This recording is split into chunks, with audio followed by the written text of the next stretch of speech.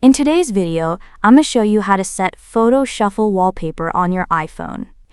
This is probably going to be one of the coolest ways to make your screen feel fresh ahead of rotating photos on the lock screen. So let's break down the two easy methods. First method is using the Settings app. What you want to do is open Settings app, scroll the screen to tap on Wallpaper. Over here, tap Add New Wallpaper. So you can see this type of screen. Now at the top, choose Photo Shuffle. Here, two main options appear on the Photo Shuffle screen. Choose Photos manually and choose Album. I'm going to go with Manual Photos. Now pick pictures one by one, like 1, 2, 3, and 4. You can choose up to 50 photos. After that, tap the blue arrow button. You'll then get a preview screen like this. On the left side, if you tap the photo button, you'll see two options. Show Photos in Library takes you straight to where that picture is stored in the Photos app.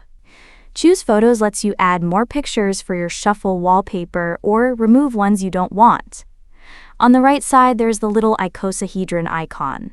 That one lets you turn your wallpaper into a 3D spatial scene, which makes your photo animate. You'll also see options to set the shuffle frequency, like daily, hourly when you lock your phone, or every time you tap. Up top, you can zoom in to extend your wallpaper, and you can turn the depth effect on or off. The lock screen depth effect makes parts of your photo, like people or objects, pop in front of the clock for a cool layered 3D look. When you're happy, tap Add. Wait a second while it saves. Then choose Set as Wallpaper Pair, or customize the lock screen and home screen separately. That's it. Lock your phone and you'll see your Photo Shuffle wallpaper in action.